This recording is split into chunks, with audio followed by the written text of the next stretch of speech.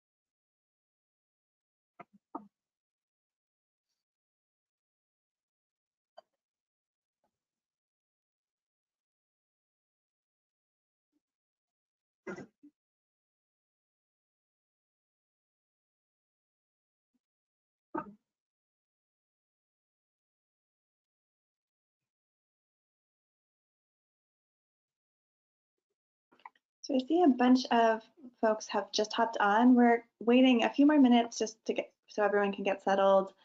Then we'll get started with the webinar.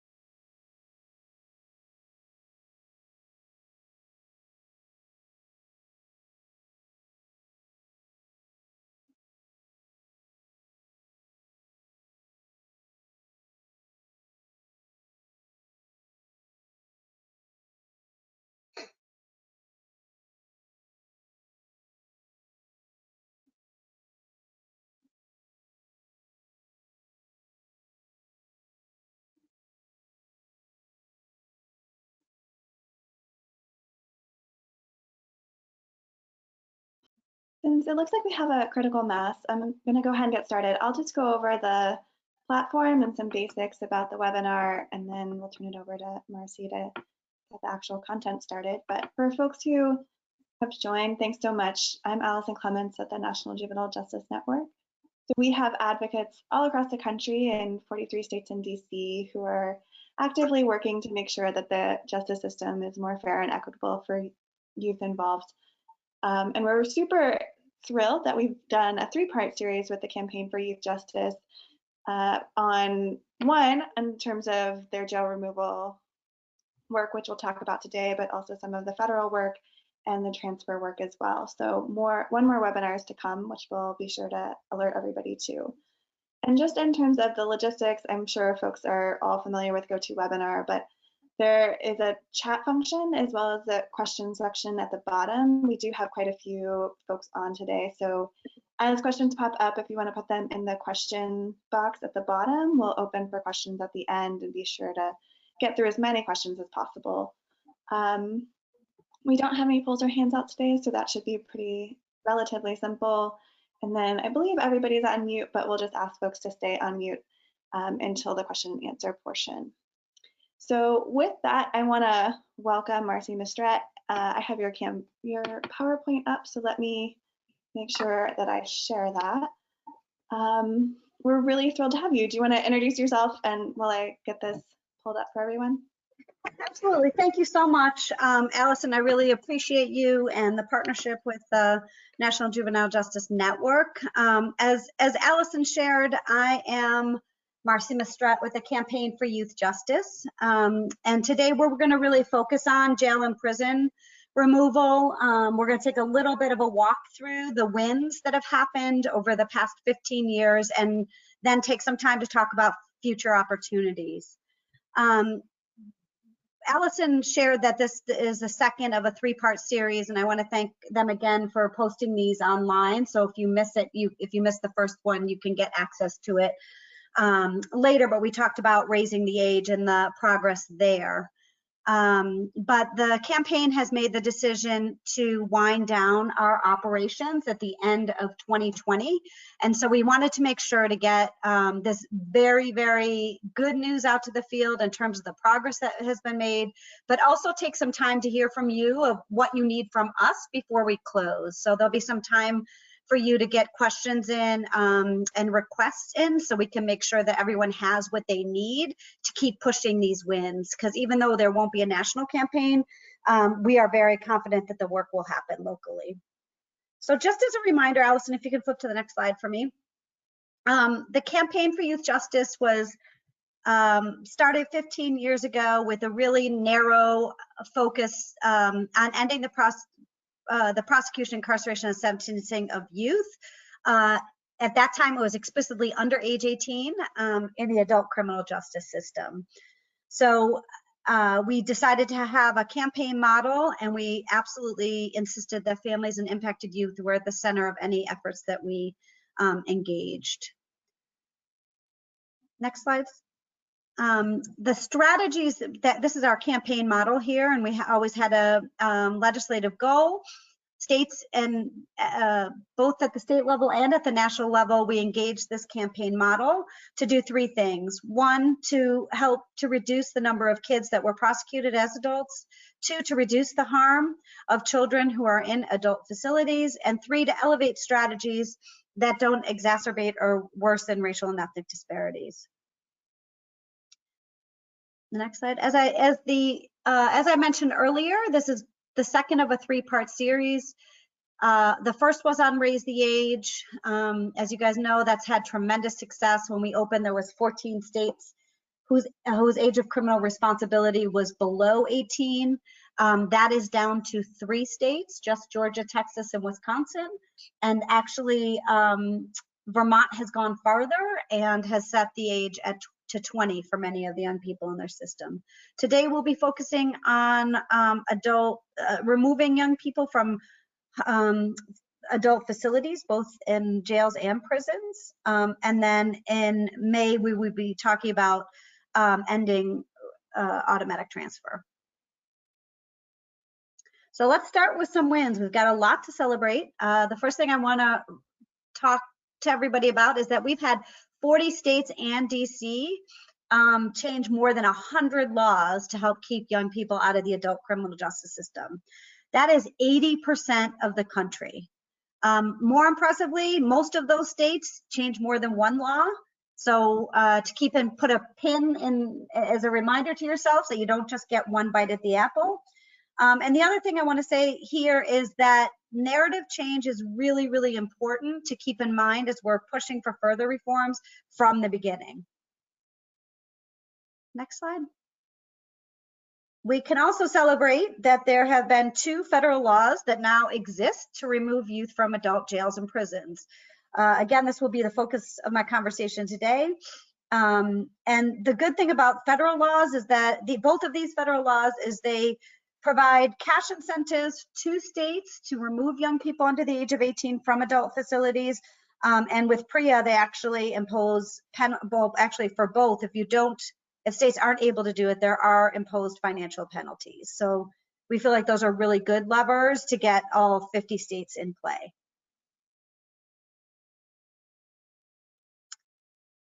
The next one I want to talk about is the number of youth who have been charged as adults has decreased 70%, from 250,000 to 76,000 a year. And that is really something we're incredibly excited about. Of course, 76,000 is still too many, but I do want to note that this is the most recent national data. So it came from 2015, and that was before 4 states had implemented their raise the age laws. So at the time, North Carolina, New York, South Carolina, and Louisiana had not yet implemented their laws. They have now. And Michigan and Missouri hadn't even passed their laws when we got this data. So we expect that by the end of this year, that number will be cut in half again to under 40,000 kids a year. In terms of the number of youth sleeping in adult jails and prisons, that number has dropped overall 48% since 2005. And it's dropped even larger if you look at the high from 2000 when there's about 10,000 kids a night sleeping in adult facilities. As a comparison note, the number of adults in jails during that same time period only dropped 5%. So that's a pretty big difference in terms of our ability to move kids out of adult facilities. And the next slide gives us a little bit more. And now, actually, 70% of youth who are charged as adults are held in youth facilities. And that includes youth with serious charges, right? 31% of the youth are there for robberies, 19% for homicides, 12% for aggravated assaults, and another 12% for weapons offenses. So for anyone that says youth facilities cannot handle children with serious offenses, they already are, and they're doing, you know, I would argue that we could push many more of these children home. Next slide. Okay, so to talk about jail and prison removal, to give you the highline numbers here, 14 states have removed young people from have passed legislation that removes young people from their adult jails. 12 have removed youth from their adult prisons, and 3 have done both. Before we go to the next slide, I do want to point out here that a lot of time your state legislators do not understand if they made a change at one part of the system, that the other change isn't automatic. So not to call out, I was in a state this year talking to state legislators, like, no, here's the state number. We did it because of Priya. And I was like, yes. And there are 50 kids, that got your kids out of adult prisons, but there are 50 kids about a mile away down the road sitting in your jail because you didn't address that in the first round. So it's really, really important when you're passing legislation that you're looking both pre-trial and after sentencing. Okay, so with that frame, here is a look at the wins, and I want to point out they've really happened across the country. They've happened in red states, they've happened in blue states. Some laws are stronger than others. Some are just at this point data collection to look at possibilities so that they can actually make a good decision to move. And the other thing I want to point out here is I did not include on this map the states who raised the age and got their 17-year-olds out unless they explicitly removed all children under the age of 18, even those charged as adults, as part of the raise the age legislation. So when New York, as I said earlier, when New York and North Carolina finally get their raise the age numbers in here, that's going to drop. We estimate that that's going to drop the number of kids in adult facilities by 22%, just from those 2 states. No pressure, guys, in North Carolina and New York, if I have any of you on. No, go ahead, Allison, I'm sorry. Okay, and then this is the reductions in young people over time. So again, as I said earlier, we went in 2000 from about 10,000 children every night sleeping in adult facilities to 4,500 with the most recent data. That includes both youth charged as adults and delinquent youth. Another really important point here is there's a little more than 3,000 jails that participate in the census of jails. Less than 100 of them hold any more than 10 kids in one given night. So that's less than 3% of the jails are holding 10 kids or more on any given night, which to me says that getting to 0 is a very, very possible opportunity here. Next slide. As I said earlier, there are 2 federal statutes that really can be used at the state level to encourage more of these reforms. The first is PREA, the Prison Rape Elimination Act. There's a youthful inmate standard that I'll go over in a minute. And the second that wasn't passed till 2018 is the reauthorization of the Juvenile Justice and Delinquency Prevention Act. And the change there was that the jail removal core protection was strengthened to include that youth charged as adults must be removed from adult jails by the end of 2021. Go ahead, Allison. For those of you who are not familiar with Priya's Youthful Inmate Standard, this is an important thing to notice here because they actually identify youth, youth as anyone under age 18. So even if you are in a state where your age of criminal responsibility is 17, Priya does address the 17-year-olds that are part of your adult system. So it does require separate housing and sight and sound separation or an escort if there is any place where young people under the age of 18 could have contact with adults. And it also encourages facilities not to use isolation as a way to come into compliance with Priya, but it also goes further. It talks about not depriving children of their education, recreation, or other programming. So that's a pretty strong tool. JJDPA, no, sorry, Allison, I'm with you. JJDPA also, while guidance had long allowed states to remove youth from adult jails pre-trial, right? Children are also presumed to be innocent before trial. But now what this does, it actually requires it. So from 3 years from the time of implementation, states will have to remove those, including those certified as adults, from adult jails, unless they can show that there's an interest of justice. It also talks about sight and sound contact under those conditions. And if you see, the interest of justice standard is pretty comprehensive. There's actually 7 individual factors that need to be recorded by a judge. There has to be status hearings every 30 days, and 180 days is the maximum time that a young person who is charged as an adult could, after meeting those metrics, remain in an adult jail. So it's two pretty strong tools there at the federal level that every state should be using in the next year or two to get this number down to 0. Next slide, Allison. This is kind of an arbitrary category. We worked with Neil and Maria at UCLA to kind of negotiate these 3 because as you might imagine, with 50 states, there is a wide variety of ways, presumptions about who gets placed where when. So when we are talking about the 11 states that prohibit adult jails, those actually say that kids, even those charged as adults, cannot go into the adult, cannot be placed in adult jails no matter what their charge.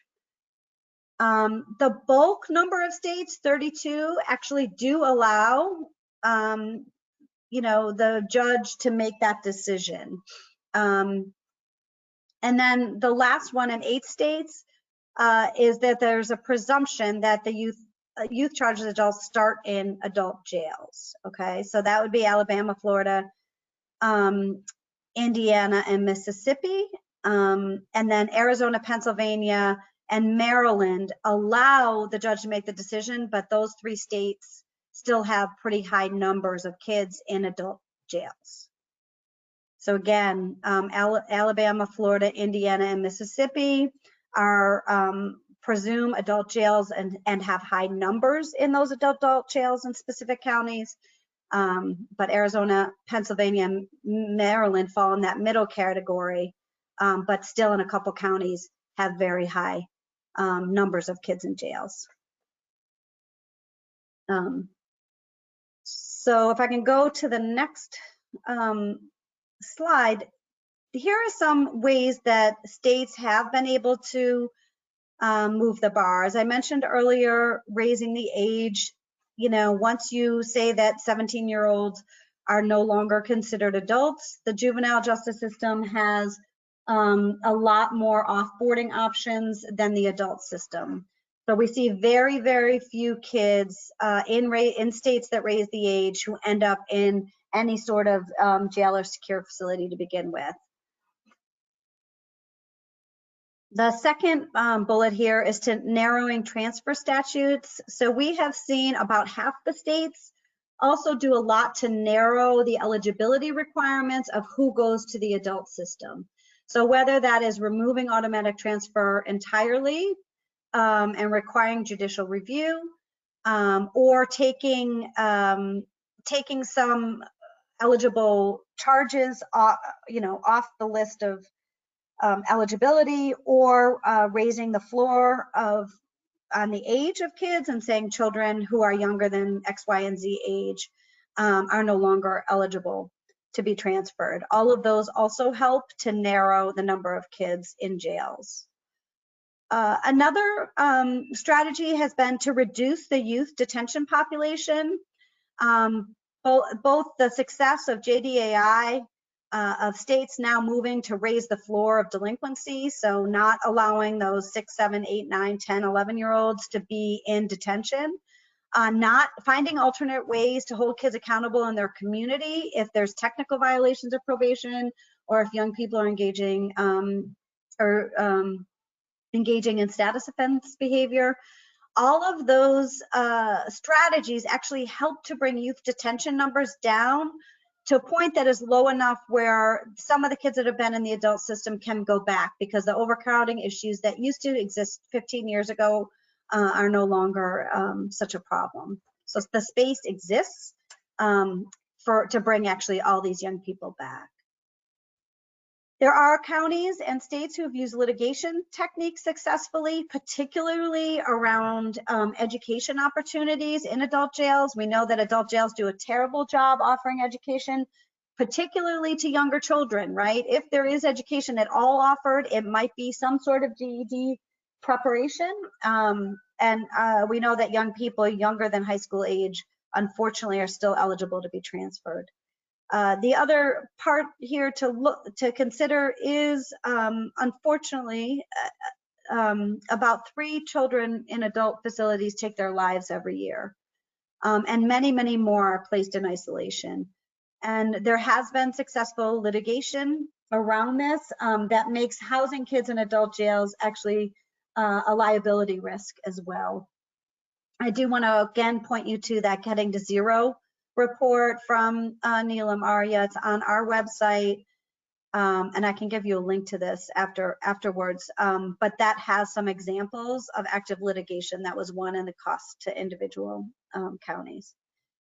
And then the last piece I wanted to also highlight is there are states who, in places where there are counties who are making memorandums of understanding or agreement between the county and state to actually remove young people on a county by county basis. And I think that that is a really good interim step. If the state isn't ready to move, but your county is ready to move, there's been some really good examples of how states can do that successfully. And I will say that when that does happen, it often leads to bigger reforms. Okay, next slide. So here is the current and growing list of associations who have gone on the record in support of getting young people out of adult facilities. And as you can see, there's a lot of correctional, law enforcement, both juvenile and adult side membership associations that have come out with very strong positions that young people do not belong in adult facilities. So again, these are all on the Campaign for Youth Justice website in full form and in summary form, but we can get all of these to you. But it is certainly becoming the standard, the main standard by which people and states are moving. Next slide.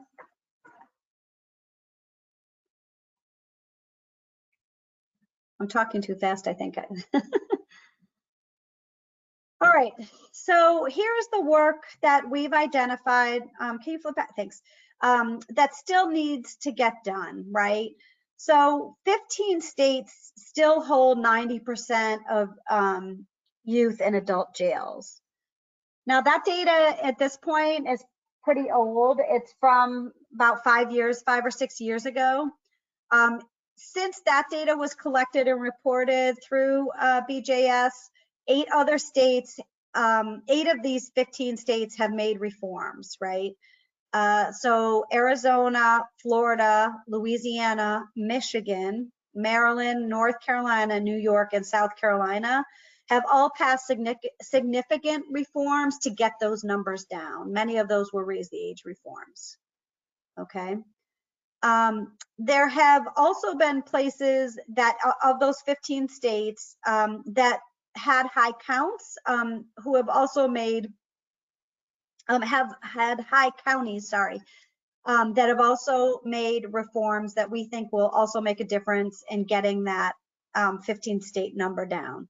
So in DC now, the kids are no longer in the adult jail. Montana's changed their laws. Tennessee had passed a law last year. Washington State just passed their law this year. And so that is great progress there. And then there's a few counties left. So overall, the state numbers aren't bad, but in particular counties, they're still bad. And this is, so I would hone some focus on this in New Mexico, Oklahoma, Nevada, and Arkansas. So again, of those 15 states, I think we're probably down under half of those now, have probably gotten their numbers down significantly since the most recent national data on this has been reported. But that is work that we all need to keep pushing on, and hopefully those federal tools will be one way, as well as the other state ideas, to get those numbers down. Another thing that still has not addressed well is the disparities that still exist. They're really, really alarming and disappointing. But 88% of young people who are held in adult facilities are youth of color.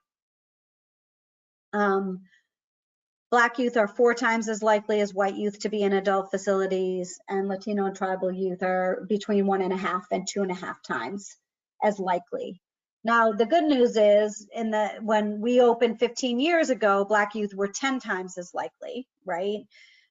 So that talks about the shrinking population. But if you look at those numbers, at the percentage of youth who still are there, far, far too many are young people of color. So we have got to build out our community-based alternatives to be able to support more of those young people in their home communities.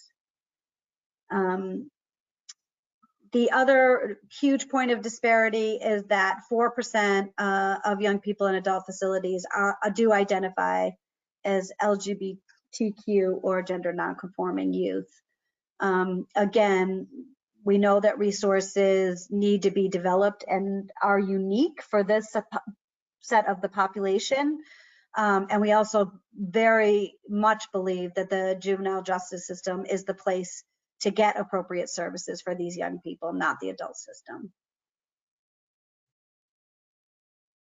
So now's where some of the questions that I have for you are gonna kick in. So some of the things we were thinking that would be helpful to know from the field are what strategies are working to mitigate young people going to adult facilities and what needs to be documented. So if you're in a state that hasn't yet gotten young people under 18 out of your adult facilities, what type of strategies need to be written down? What don't you know about from what I presented in today that could be filled out more robustly to help you get there? Secondly is what type of both national and state data is needed to help move the needle. There's been quite a bit of academic research talking about how starting kids in the adult system is inefficient. It ends up costing a lot of court costs, a lot of time, and then of course the individual damage to young people and public safety over the long run. Also wondering, because JJDPA has no federal guidance, there hasn't been any TA or resources dedicated to jail removal yet. Are there things that the federal government can be doing to help move this needle, particularly in regards to JJDPA and Priya? Priya's been around longer than JJDPA, but if there are other tools that you could utilized, particularly around getting young people out of the adult system, that would be good for us to know.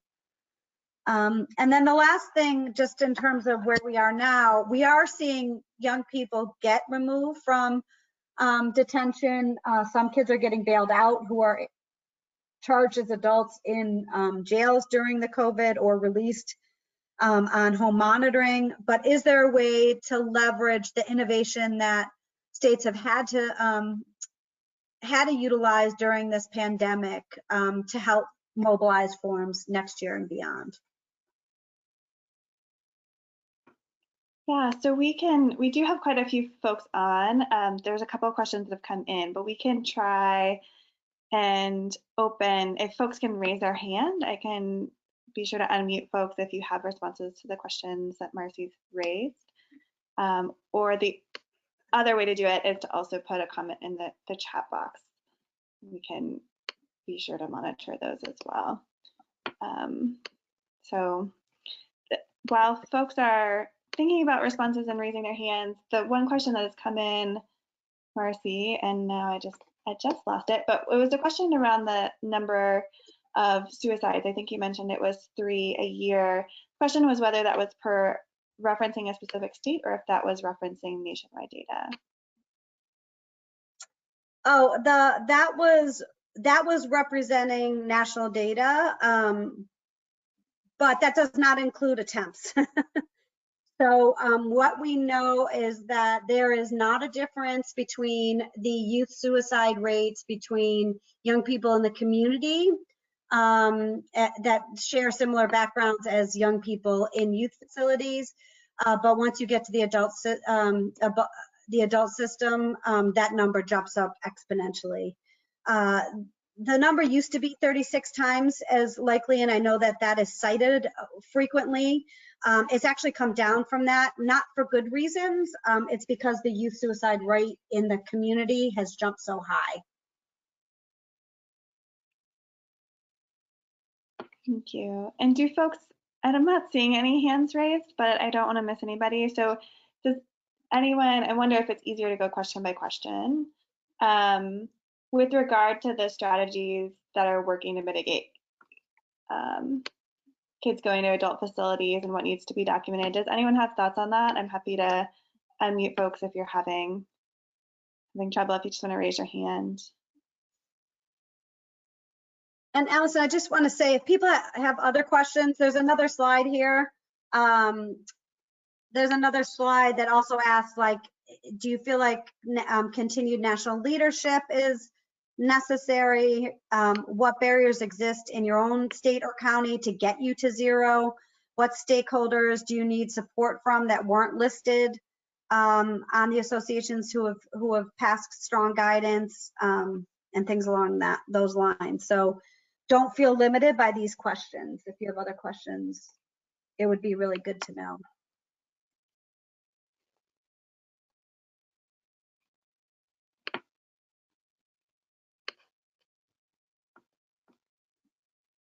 I will say that what people are thinking, sorry, Allison, the data collection point is really, really important because, again, the feds really report on one day count data. And we know that the numbers are broader than that over time. And so I think it's, if your state or county doesn't report on this or doesn't make it public, I think that that's a really important first step in terms of being able to see, where there's ebbs and flows over a year and where that intersects with youth detention populations.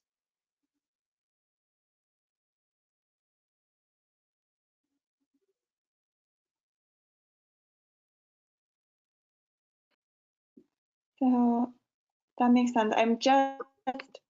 We have quite a few attendees, so I'm scrolling through the list, and so if I miss people, I apologize. It looks like, Tara Lieber, it looks like you have a question, and I'm trying to yield that, but it just went away.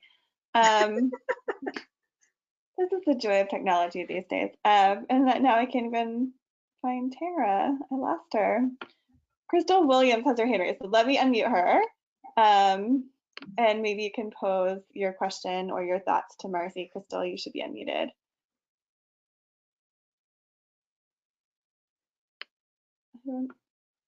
Hey, Crystal, are you Crystal. there? Cannot hear you if you are there, but it shows that you're unmuted. We're not having good luck with the question section today, Marcy. I apologize. That's okay. Let's see. I can make sure that I give people my email. They can email me directly, and maybe I can send it back to you. Send the questions back to you. Yeah, for sure. And if they wrote it in, there's Tara. Okay, so we do have some questions coming in. So Tara, rather than trying to read your question, I'm going to unmute you so that you can pose your question directly to Marcy. Let's try this again. Are you there, Tara? I'm here. Hey, welcome. Do you want to pose your question? Connection. First of all, Marcy, this is incredible and massive congratulations and thanks to all of you and all the amazing advocates in the field. I have a nonprofit in DC that's been working with youth as adults and have really benefited from your amazing advocacy. And I'm just so happy for all these numbers. But I wanted to say for the COVID, I love when you brought that up, that can we help leverage reforms? Do we know how many youth and adult facilities have been released due to COVID? I don't know if there's any way to know that. And what do you recommend to leverage that? Because that would be an incredible opportunity now, right? It is. I think. So the quick answer is no. I've been asking around, so if people do have examples of that, I know the folks who have been great about doing bailouts have gotten some young people out in key states on a case-by-case basis. I think that, and we know in DC there were a couple kids that were released here under Title 16. But I do think that what I was thinking is if the youth populations get reduced safely during this time, I think it will be a real pivotal moment for us to be thinking about who we're incarcerating and why. And the big urban areas, which are the places that tend to have the larger number of kids charged as adults in adult jails, I'm hoping at least as a first step, they can come back to youth detention, because there is a recognition that young people can be housed safely at home instead of detention for some of the ridiculous delinquency things we're locking them up for. And we do, I have been able to field the other questions. So we have a bunch coming through, Marcy, so hopefully we can get those all over to you. Vicki, I know that you posed your question in the text box, but I was going to unmute you so you could pose it directly. So I'm going to do that now if you're able. Vicki, Reed, are you able to jump in? Yeah, I was just wondering how many, or if other states are tracking where kids are being tried as adults and they're placed in adult jail, and by the time their case is processed, it's been amended down to where it's no longer a crime that they would serve as an adult, robbery first that gets amended to thefts and that sort of thing. Yeah, Vicki, I know you guys you have actually one of the strongest laws in the country in Kentucky of prohibiting kids in adult facilities. Do you track that there? We don't, and I wish that we did. And one reason is since we don't have any kids in adult jails or facilities, that perhaps we don't track this as much. But what we end up having is kids who spend a really long time in juvenile detention, which I know is not the issue here. But by the time that it goes to circuit court, our law is such as if it becomes no longer a crime that would be the reason the youth was transferred, the circuit court judge, the adult court judges have to use the same dispositions as a juvenile court judge. But nobody really tracks how often that happens, but it's fairly common. Yeah, so this is what I was saying about data. So as far as I know, there's only about 11 states that actually track that outcome data. What we do know is that the number of kids who are charged as adults and the number of kids who end up in prison is vastly different. And the numbers seem to come out to about 80% of those kids are not moving forward with any sort of sentence beyond what the time they served in the jail. And so that to me indicates that that's happening quite a bit, right? And I know like places like Arizona that hasn't been able to restrict their transfer, laws. What they were able to do is to extend juvenile court jurisdiction. So that the kids that were 17 and a half, that they were going to lose jurisdiction over them at 18, they would just put them up even if it was a low level offense. And so, you know, I'm not saying that kids need to be on supervision for longer, but even putting that up to 19, we think is going to drop the number of kids then charged as adults. We have to remember that the kids who, even when you go to the adult system as a child, certainly juvenile life without parole is you know, international human rights violation. It's a horrible way to treat anybody, and young people in especially. But very few children get that sentence. You know, 95% of children who are sentenced as adults are home by the time, you know, by the time they're 24. So by the time they're kind of aging out of that youthful behavior anyway. And as we know, and 85% are home by the time they're 21. As we know, most juvenile systems extended age of jurisdiction is 21 already. So that argument in and of itself would say that most of these kids, even if they are getting secure placement, could be handled by the youth justice system. But by and large, many of these children are not ending up getting that time. They're getting probation, which they don't do well on, adult probation, and they recidivate.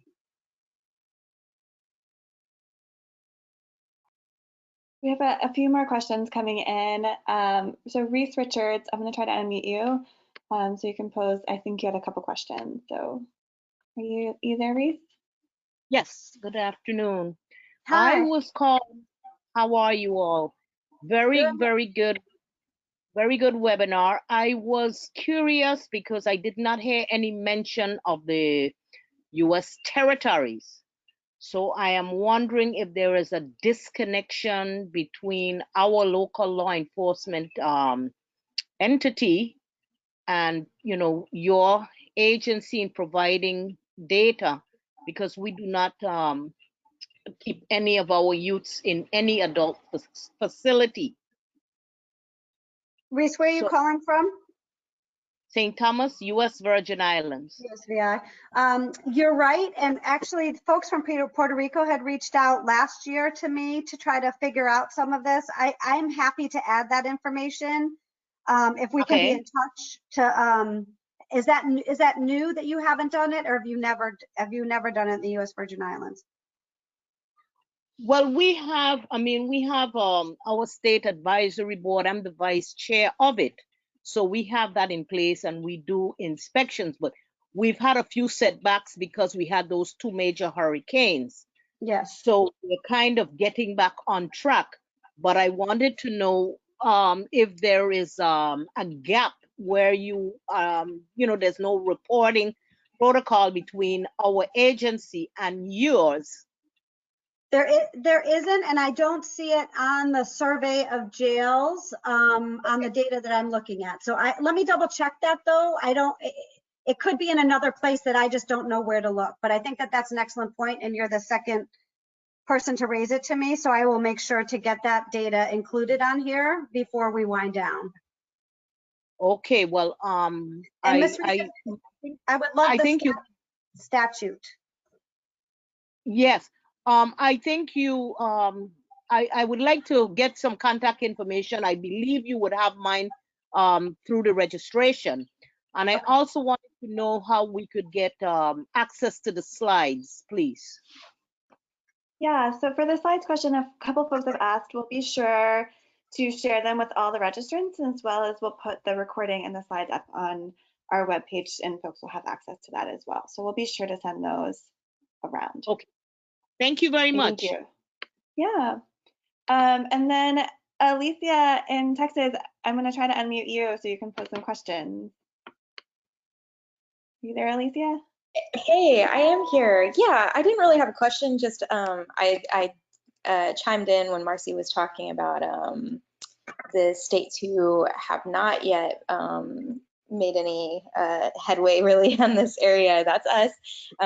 We have not yet passed raise the age, and I just wanted to note that yeah, in light of COVID-19, I think that we do have some really unique opportunities to leverage these reforms, especially in terms of the budget. I think that that presents some unique opportunities for us. So we're currently strategizing based on what the new climate presents for us. So that's our route right now. So we think everything's kind of new and we're just reprioritizing based on that. So yeah, taking a new angle, and we're kind of excited about it. So we'll see what happens.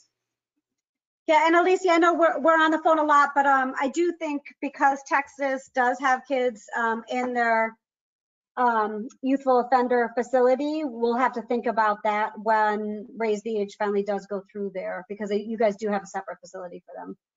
Absolutely. And thank you so much, Marcy. This has been so informative, so fantastic. Thanks for what you're doing. Thank you. So I'm going to try to unmute Julianne. I know you had a question.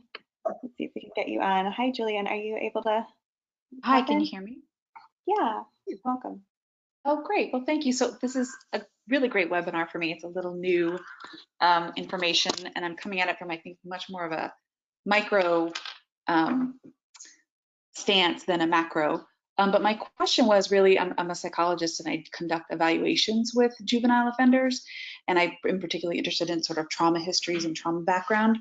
And I was curious as to sort of your first question, what helps kids not to be sent to juvenile facilities? And I'm curious if, well-documented trauma histories or thorough evaluations of that actually seems to make any difference in kids going to adult facilities. Clearly adults have trauma as well, so maybe this is a distinction that doesn't make a difference. But I'm just curious to know if there's any, from attorneys or judges, does that help at all? Allison, I don't know if there's any judges on the call that want to respond directly to that question. If there's any hands that go up, I can't see those things to help you. Yeah, no, I'm happy to try to monitor hands. I don't see hands. There is one, Kadita Diallo. I don't know if you're a judge, but I'm happy to try to unmute you in case that's what you're responding to. Kadita, are you there? That didn't work. Okay. Maybe. Julianne, it's Marcy. Well, Allison's figuring that out, and I'm happy to be corrected here. What I can say is, I think that judges who have had training in trauma, which my experience has been is more likely to be on the juvenile justice side, it actually matters a lot to them. And I think that it's a really important tool for young people who are eligible to get, who are fortunate enough to be able to get a full psych eval and get some of that trauma history recorded. I know I've worked with many attorneys in Louisiana most recently about that trauma, and in Wyoming actually, about that trauma history. And I think that when judges are making the decision whether or not to charge a kid as an adult, that is more and more becoming part of their decision making, other than just the nature of the charge, which I feel like in many places, once that bar is met, the judge doesn't have a choice. But in places they have flexibility, I would say, at least on the family court side, it makes a big deal of difference. And I do think, we have it on all of us. The judges on the criminal court side need that training too, because as you said, trauma doesn't go away just because you turn 18 or 19. Right. Or 20. No, that's very helpful. Thank you. It's good to think about the trainings for judges as being really important. Critically important. And this is Allison. I would just add, I'd actually done a couple trainings with the National Council of Juvenile and Family Court Judges on trauma and youth. And I know that a big piece of those discussions was always around specifically trauma in terms of youth charged as adults, but also really how we can intervene early to make sure that kids aren't being funneled into the justice system for trauma. So I think the point that you're raising is really good. They do have some trainings out there that might be useful to look into as well. Terrific, thank you. So I think the next person who had some comments that they wanted to add to the conversation was Crystal Williams in Maryland. Let's see if I can find you, Crystal. Do you want to, hopefully you're unmuted now. Do you want to pop in and share your thoughts, Crystal? Are you still there, Crystal? I'm happy to share what she wrote. She is unmuted, but maybe she doesn't have audio. So she wanted to share that Maryland has been able to get a consent motion to move youth charged as adults to get moved to juvenile facilities pending their hearing or transfer of jurisdiction, with the agreement of the state's attorney's office and the Department of Juvenile Services to agree that youth eligible to file for moving their case from adult court to juvenile court be able to be housed in a DJS approved facility pending that hearing, which has prevented most of our youth from being housed in adult facilities. And she was happy to check and see if she can send their OPD motion out as a sample motion to this group that they've used if folks are interested, and gave her contact information. So we'll be sure to rely on Crystal as a resource as well. Yeah, and I think, Crystal, thanks for bringing that up. I mean, I think that the important thing, there was a really good report that came out of Maryland maybe a year and a half ago from the ABLE Foundation, looking at getting those kids placed, not only placed, but actually reverse waived back to juvenile court. And an extremely large percentage of the kids in Baltimore were returned to juvenile court once the adult court judge looked at the you know, at the facts of the case.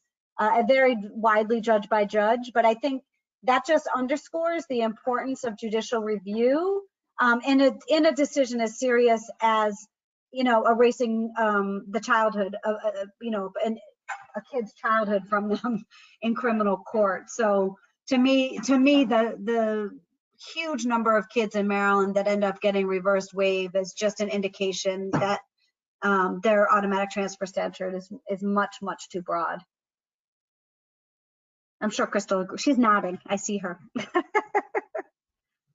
Yeah, it sounds like her speaker isn't working. So, but she is writing lots of great comments in the questions box, and we'll be sure to capture those and share them out with folks.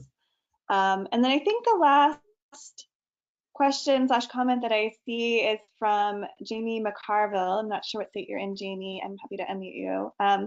But I know that you mentioned that you needed good examples of other states and territories. I'm going to try to unmute you, Jamie, in case there's anything else you wanted to add to that. Jamie, you should be unmuted if there's other thoughts.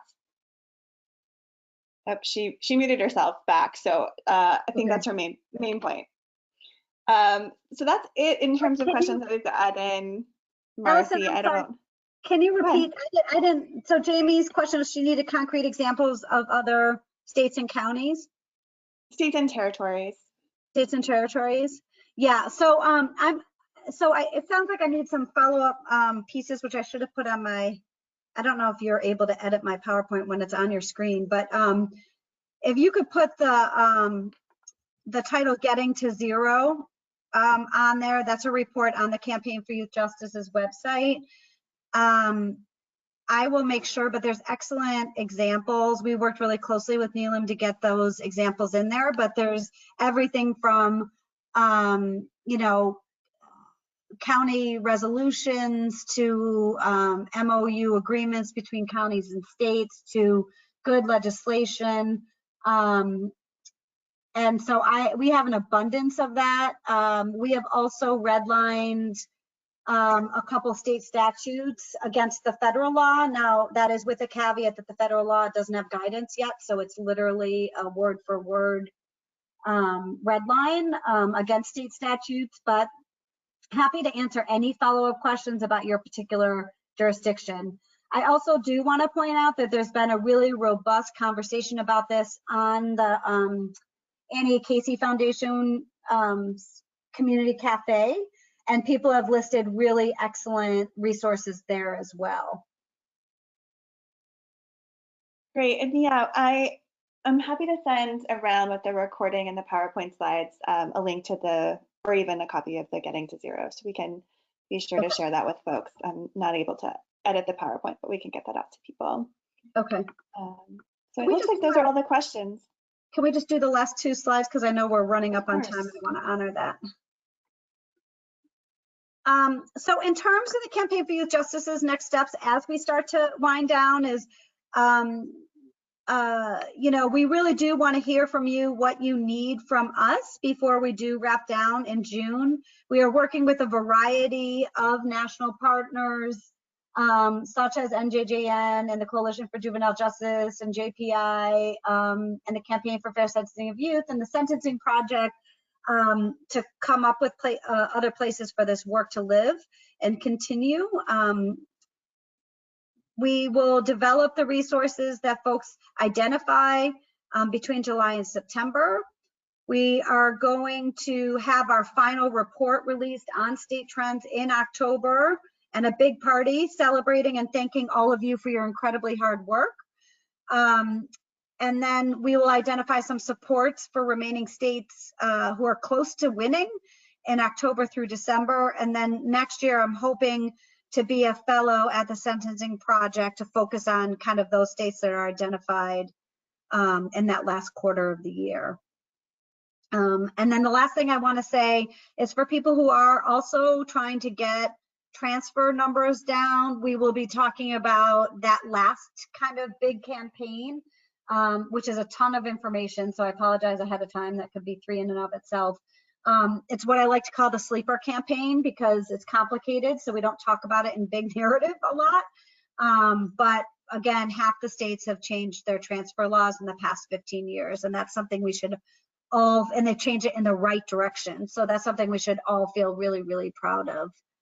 But I want to say we are only as good as the brilliance of all of you on the ground, of our other national partners, you know, who really help strategize about this. And if we think about where we were, you know, 15 years ago, it was a radically different place. So the fact that we're even considering that we can get to 0 in the next couple of years just really, really gives me a lot of inspiration, because we know that days and weeks matter, and they matter a lot to children. So Allison, thanks for having us, and everyone, thank you so much for being on the call, and we'll make sure we get you those resources as a follow-up.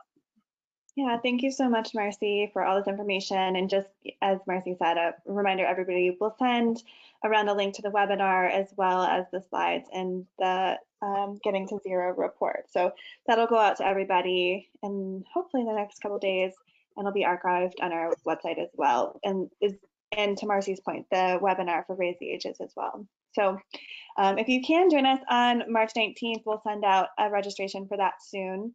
And thank you all. Thank you, Marcy. Thanks.